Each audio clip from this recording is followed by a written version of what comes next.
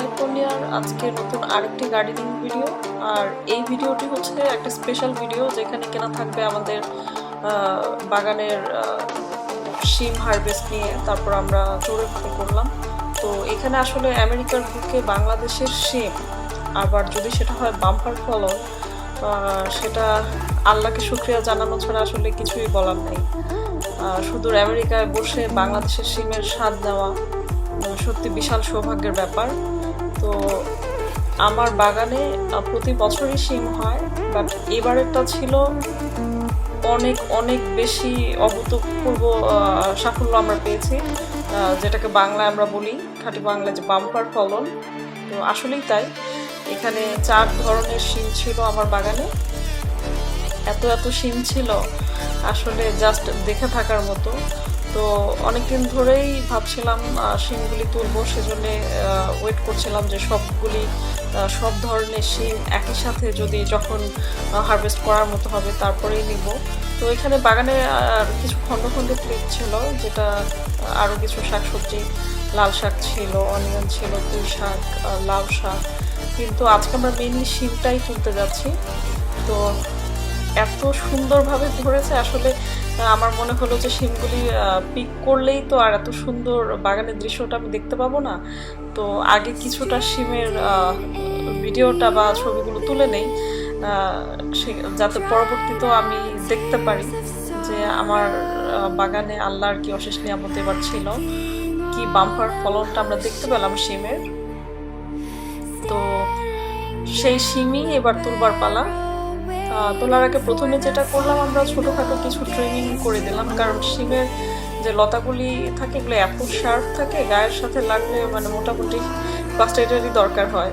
তো শিমগুলি পাড়ার আগে কিছুটা সেফটি এনভায়রনমেন্টের জন্যই আসলে করা, কিছু হালকা করে কিছুটা ট্রিম করে দেওয়া হলো। তো তারপরে আমরা শিম তুলবো।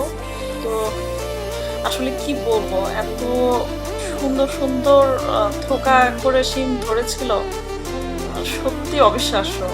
তো আমি ইউএসএতে প্রথম যখন আসে আমার মনে পড়ে, আমি বলছি 2012-এর দিকে, সে সময়টা শিম খাবো মোটামুটি খুব দুর্লভ একটা ব্যাপার ছিল, কারণ তখন এখানে বাঙালি গ্রোসারি সেটা খুবই কম ছিল, হাতে গোনা 1টা বা 2টা।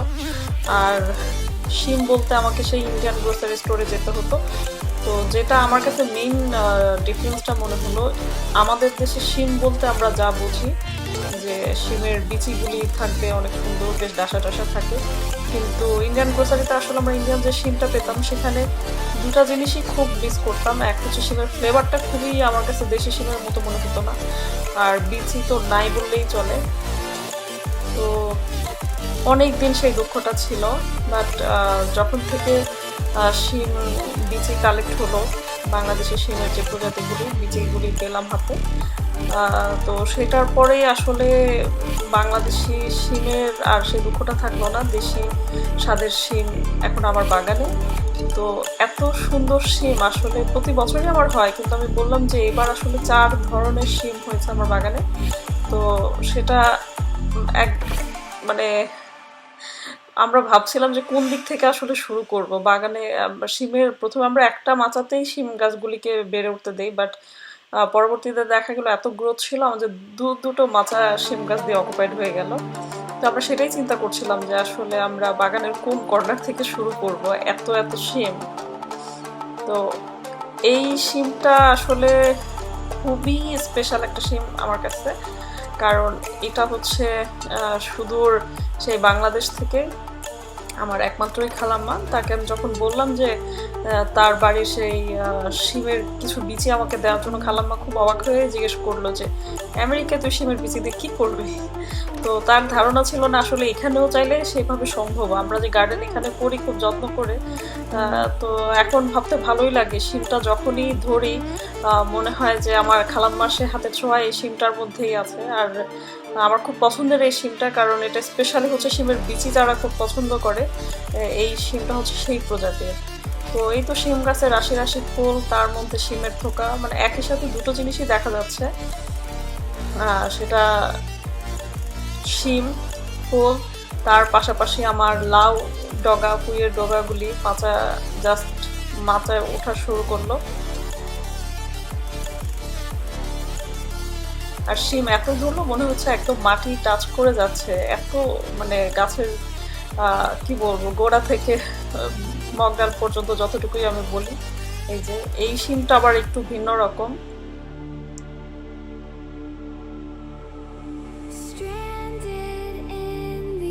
তো রিধা আমাদেরকে যথারীতি সঙ্গ দিচ্ছে বাগানে, আর রিধার বাবা শিম পাড়াতে ব্যস্ত।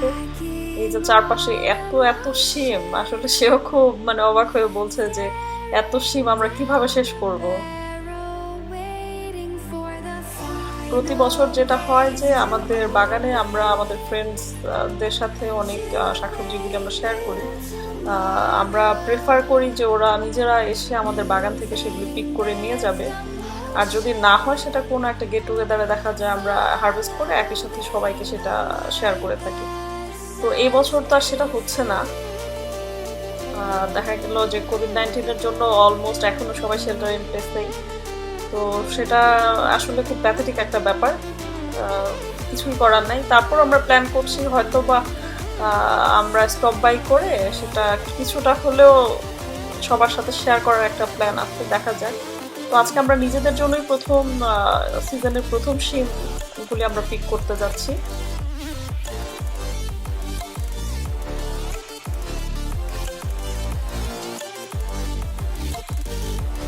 রাশি রাশি শিম, ওর আমি যদি বলি থোকায় থোকায় শিম, মানে এত শিম আসলে আমি জানি না বাংলাদেশে যারা খুব কমার্শিয়ালি এইসব ভেজিটেবলগুলো গ্রো করেন ওদের ওখানে যদি ভিজিট করা যায় তাহলে হয়তো বা দেখা যেতে পারে, বাট বাসায় গ্রামে আমি ছোটবেলায় যেগুলি দেখলাম আমার মনে পড়ে না যে একই গাছে এত শিম এভাবে আমি কখনো দেখেছি।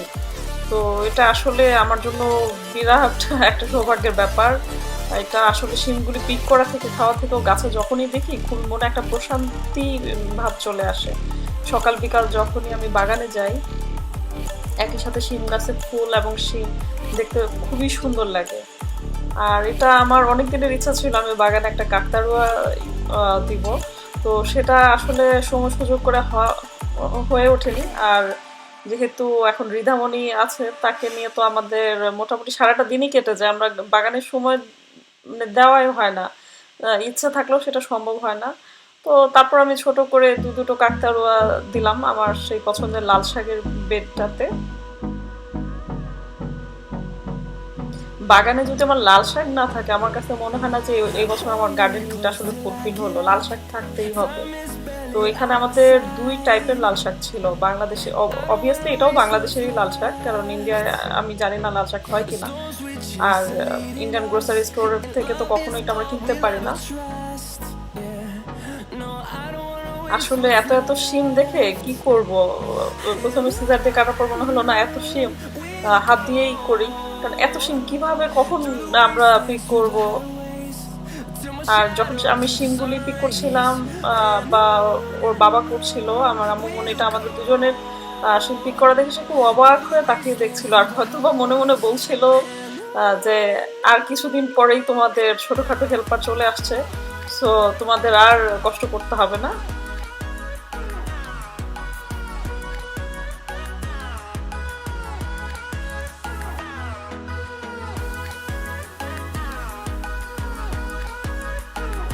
মাচার উপরে যেমন দেখা যায় এক্স্যাক্টলি মাচার নিচ থেকেও যদি আমি দেখতে যাই একই রকম, মানে রাশি রাশি শিম।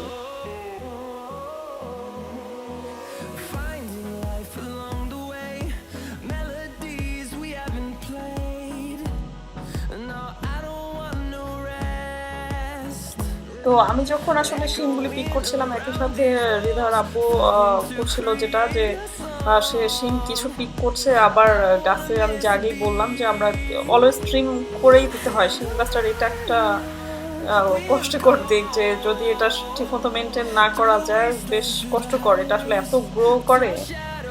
আর এই তো আম্মুটা দেখছিল অবাক হয়ে বাবা মার গার্ডেনে কাজকর্ম করা দেখছে। আজকে এখন তার মুড খুবই ভালো, জাস্ট একটু আগে সে ন্যাপ নিয়ে আসলো, তো খুব ভালো মুডেই সে খুব এনজয় করছে।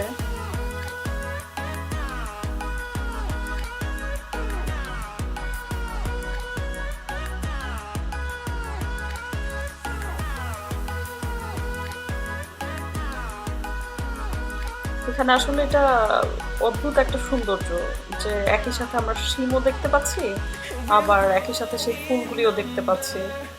গাছ ভর্তি ফুল, তো এই ফুলগুলি যখনই দেখি আমার কাছে মনে হয় সত্যি আমার বাগানে এক টুকরো বাংলাদেশ আমি দেখতে পাচ্ছি।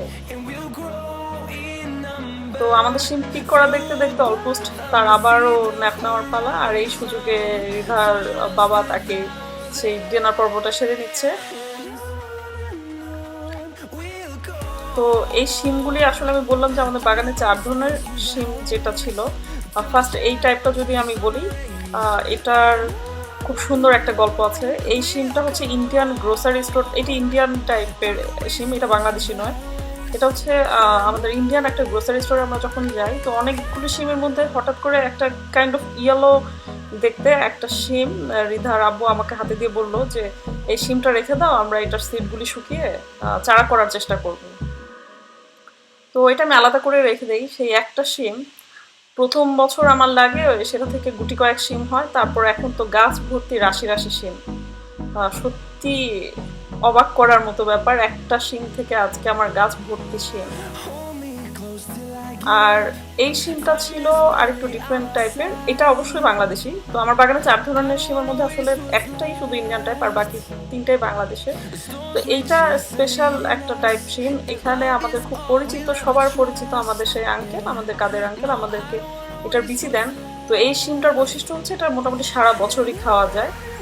আর এই শিমটার কথা তো আমি আগেও বলেছি, এইটা হচ্ছে আমার সুদূর সেই বাংলাদেশ থেকে নিয়ে আসা বিচি, যেটা আমার খালাম্মার পরম যত্নের ছোঁয়া লাগা সেই শিম, এবং আমার খুবই পছন্দের। স্পেশালি এটা হচ্ছে শিমের বিচি খাওয়ার জন্যে।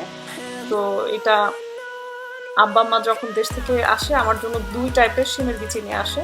এটা হচ্ছে ওই শিমটা, আর আরেকটা শিম নিয়ে আসে যেটা কিনা আমি বললাম যে রিধার আব্বু মনের আবিষ্কার, যেটা ছিল ইন্ডিয়ান গ্রোসারি স্টোর থেকে।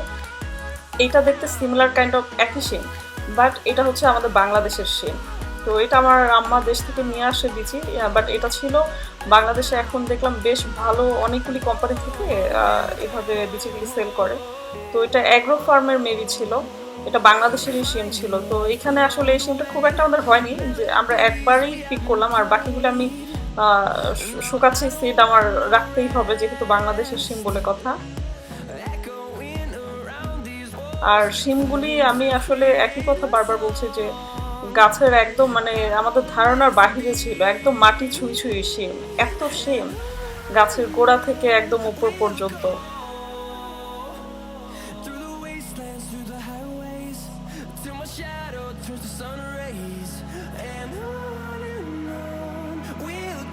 তো শিম গাছের ব্যাপারে খুব ইম্পর্টেন্ট এবং খুব মজার একটা টিপস হচ্ছে এখানে ইউএসএ তে, যেটা আমরা আসলে আগে জানতাম না। তো আমি যে আঙ্কেলের কথা বললাম সেই কাদের আঙ্কেল আমাদের যখন বিচিটা দেন তখনই আঙ্কেল বললেন যে তোমরা গাছ হবার পরে গাছটা কেটো না, এটা রেখে দিও, কারণ হচ্ছে যে এটা থেকে নেক্সট ইয়ারও তোমরা শিম খেতে পারবা।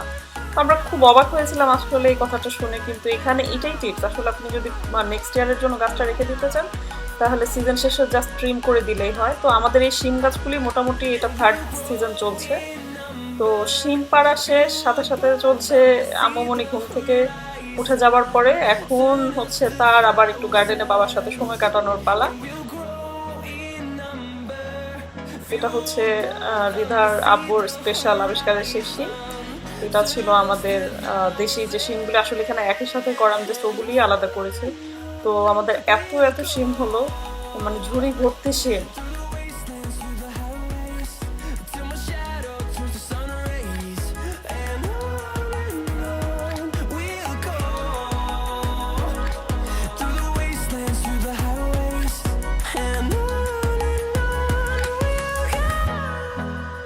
বাংলাদেশে আসলে কেউ কল্পনাও করতে পারবে না যে বছর জুড়ে এভাবে শিম খাওয়া যায়। আমি যেটা বললাম যে এখানে আমরা সামারে এইভাবে পিক করি, বাট উইন্টারে যেটা নভেম্বর ডিসেম্বরের দিকে তখনও গাছে কিন্তু কিছুটা শিম থাকে। এটা সারা বছর ধরেই খাওয়া যায়, কিন্তু সিজনে এটা প্রোডাক্টটা অনেক বেশি হয়। আর এটা ছিল সেই যথারীতি আমার বাগানের খুবই খুবই ইম্পর্টেন্ট একটা অংশ, সেটা লাল শাক, যেটা আমার প্রতি বছর করতেই হয়। তো গত 2 বছর আমার তেমন একটা আসলে আমি গার্ডেনে সময় দিতে পারিনি। আর এইবার মাশাআল্লাহ আমার বাগানে লাল শাকটা খুবই সুন্দর হলো। তো আমার আম্মুমনিটাকে এখনো টেস্ট করানো হয় নাই, বাট ইনশাআল্লাহ বাংলাদেশের এই শাকটা দিয়েই হয়তো প্রথম বাংলাদেশের কোনো শাক আমরা তাকে ট্রাই করাবো, কারণ এটা আমাদের দুজনের এত পছন্দ। ইনশাআল্লাহ এটা রিধামণিরও খুবই পছন্দ হবে।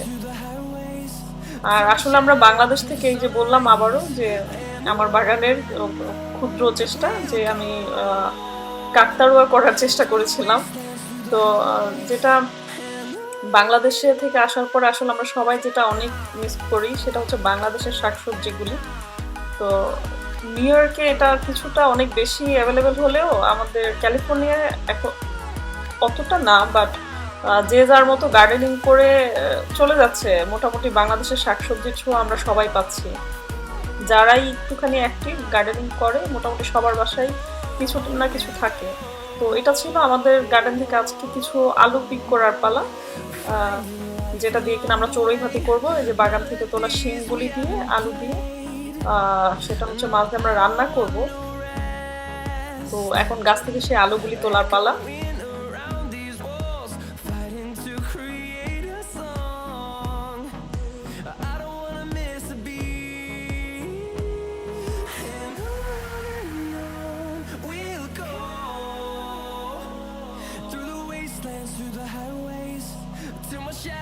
Turns to sun rays and on we'll go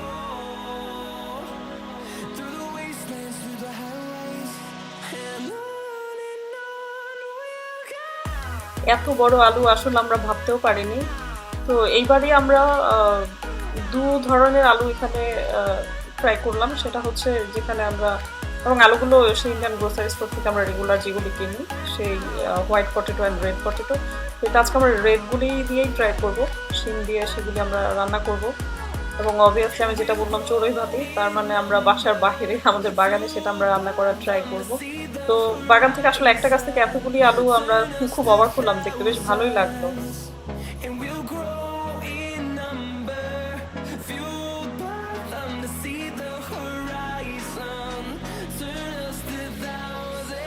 বাবা মেয়ে রান্না করবে, তো রান্না করার ফাঁকে ফাঁকে তার খাওয়ার জন্য এবার গাছ থেকে কিছু ফ্রেশ ফ্রুটস পিক করার পালা।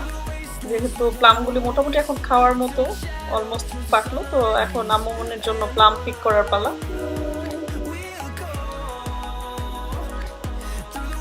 আর এদিকে চলছে আমাদের চড়ুই ভাতির আয়োজন, বাবা মেয়ে চড়ুই ভাতির আয়োজন সেটা চলছে।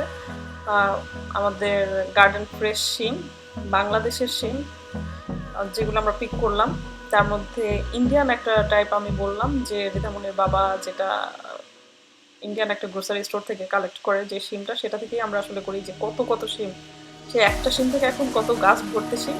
তো আজকে সেই শিমটা আমরা রান্না করব আমাদের বাগানের আলু দিয়ে।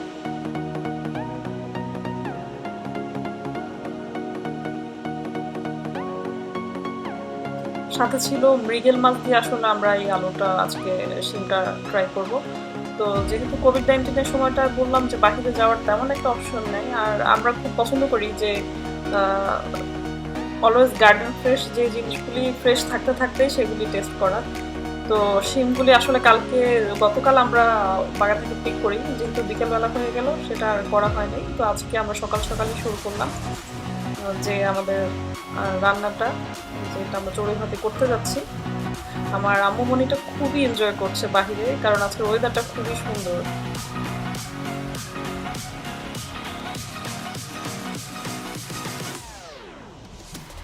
নীল আকাশ আর দূরে সেই দাঁড়িয়ে থাকা পাহাড়।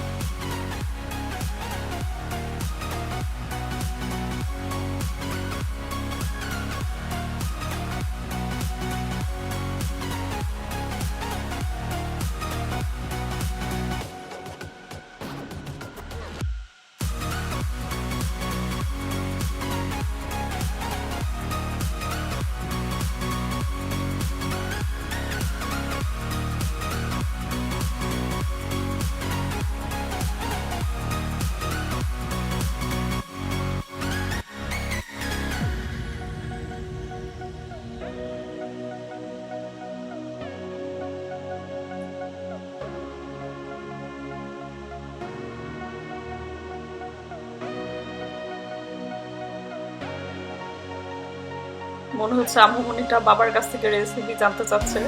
সে খুব আগ্রহ নিয়েই তার ভাষায় সে যেন বাবাকে কি কি বলছিল, এবং চলছে যথারীতি বাবা মেয়ের কথোপকথন। আর আজকে সে খুবই স্বাধীন, মনের মাধুরী মিশিয়ে সে যতটুকু সম্ভব, ড্রেসের তো কি বলবো, আর যতখানি সে নিজে খাচ্ছে তার থেকে সে ড্রেসকেই খাওয়াচ্ছে বেশি।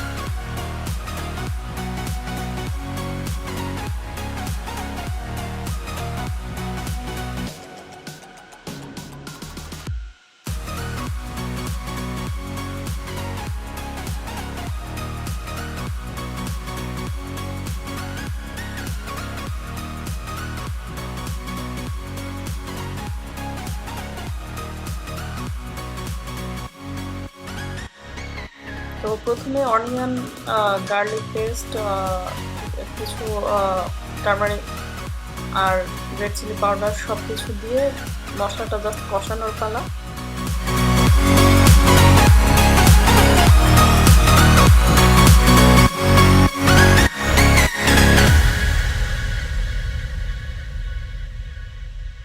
এই ফলটার কথা আমি আগেও একবার বলেছিলাম, এটার নাম হচ্ছে জোজোবি। তো অন্যান্য ফলগুলো থেকে এই ফলটা হারভেস্ট করতে হয় একটু দেরিতে। এখন এই যে দেখা যাচ্ছে ফলটা অনেকটাই আমাদের দেশে সেই বড়ইয়ের মতো, এবং পাতাটাও তাই। বড়ই এটা আসলে যে মিষ্টি যে বড়ইটা, যে ফুল বড়ই যেটা, সেটাই ওই ধরনের গোত্রেরই একটা ফল, কিন্তু এটাকে চাইনিজ জোজোবি বলে। তো এটা খেতে অলমোস্ট আমার কাছে আমাদের দেশের সে বড়ইয়ের মতোই মনে হয়। তো এই নিয়ে আমাদের বাগানে এটাও থার্ড সিজন চলছে এই গাছে। এখনো ফলটা তেমন একটা পরিপুষ্ট হয়নি, আসলে কিছুই হয়নি। এটা আরো 1 থেকে 1.5 মাস লাগবে এটা হারভেস্ট করতে। তো যেহেতু চড়ুই ভাতি সবকিছুই আজকে হচ্ছে বাসার বাহিরে, সেই শাকসবজি কাটা, ধোয়া, রান্না সবকিছুই বাসার বাহিরে, এবং ভালোই লাগছে। কারণ কোভিড-19 এই সময়টা কোথাও তো যাওয়া সম্ভব না, যা করি আমরা বাসায় থেকে এনজয় করার চেষ্টা করি।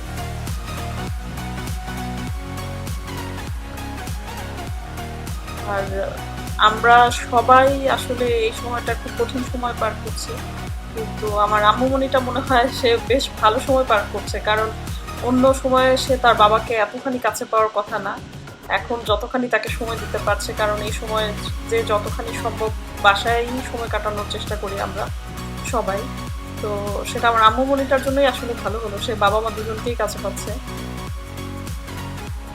তো গাছের শিম, আলু দুটোই কাটাকাটির পর্ব শেষ, এখন হচ্ছে ধোয়ার কাজ চলছে। তারপরে এই মশলাটাও কষানো হয়ে গেল। তো মোটামুটি রান্না অনেকখানি হবার পথে।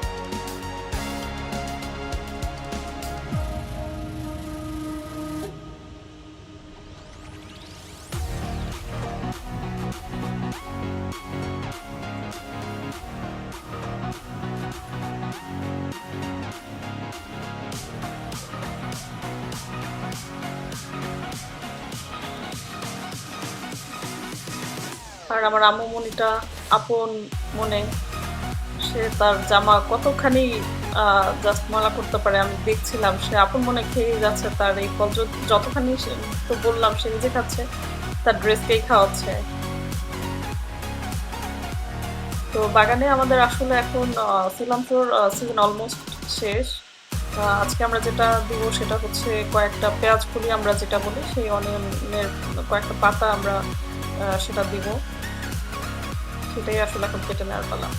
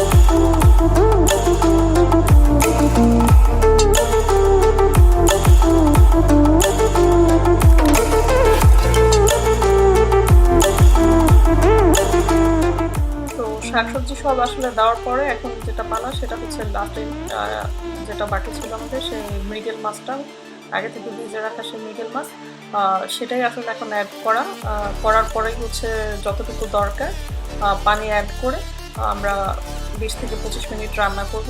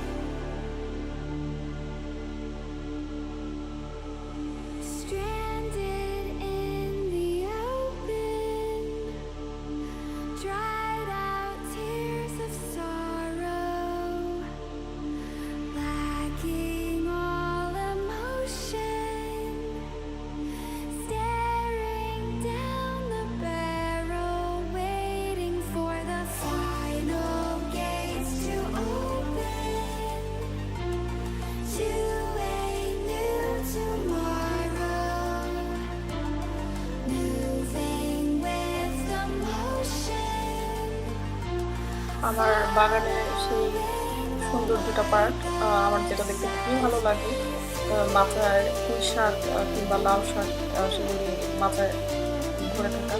তো এত সুন্দর লাগে যখন আসলে সকাল বিকালে বাগানে আসার পরে এগুলি দেখি, অলওয়েজ একটা কথাই মনে হয় যে এক টুকরো বাংলাদেশ তো আমার বাড়িতেই এখন। সেই সুদূর ইউরোপের থেকেও আমরা বাংলাদেশকে মনে প্রাণে ধারণ করার চেষ্টা করি। তো 20 মিনিট পরে দেখার পালা আসলে কতখানি কুক হলো। তো অলমোস্ট রান্না প্রায় শেষের দিকে, আর হয়তো আমাদের 7-8 মিনিট রান্না করতে হবে।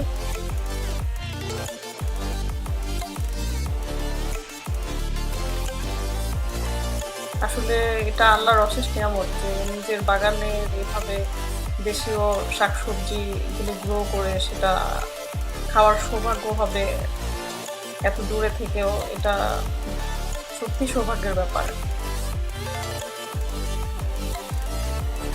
তো আরও 5-7 মিনিট রান্না করার পালা, সেই ফাঁকে আমাদের চলছে ফ্যামিলি টাইম, রিধামণির সাথে আড্ডা দেওয়া। এটা ছিল এশিয়ান পিয়ার্স। এই ফ্রুটসটাও এখনও হারভেস্ট করতে আমাদের আরও 1 মাসের মতো ওয়েট করতে হবে। এটা এবার আমাদের সেকেন্ড সিজন চলছে। গতবারও আমরা পিক করেছিলাম, বেশ ভালো লাগে এই ফলটা খেতে। চলছে বাবা মেয়ের কথোপকথন, মেয়ে এক মনে খেয়েই যাচ্ছে আর বাবা তাকে প্রশ্ন করেই যাচ্ছে।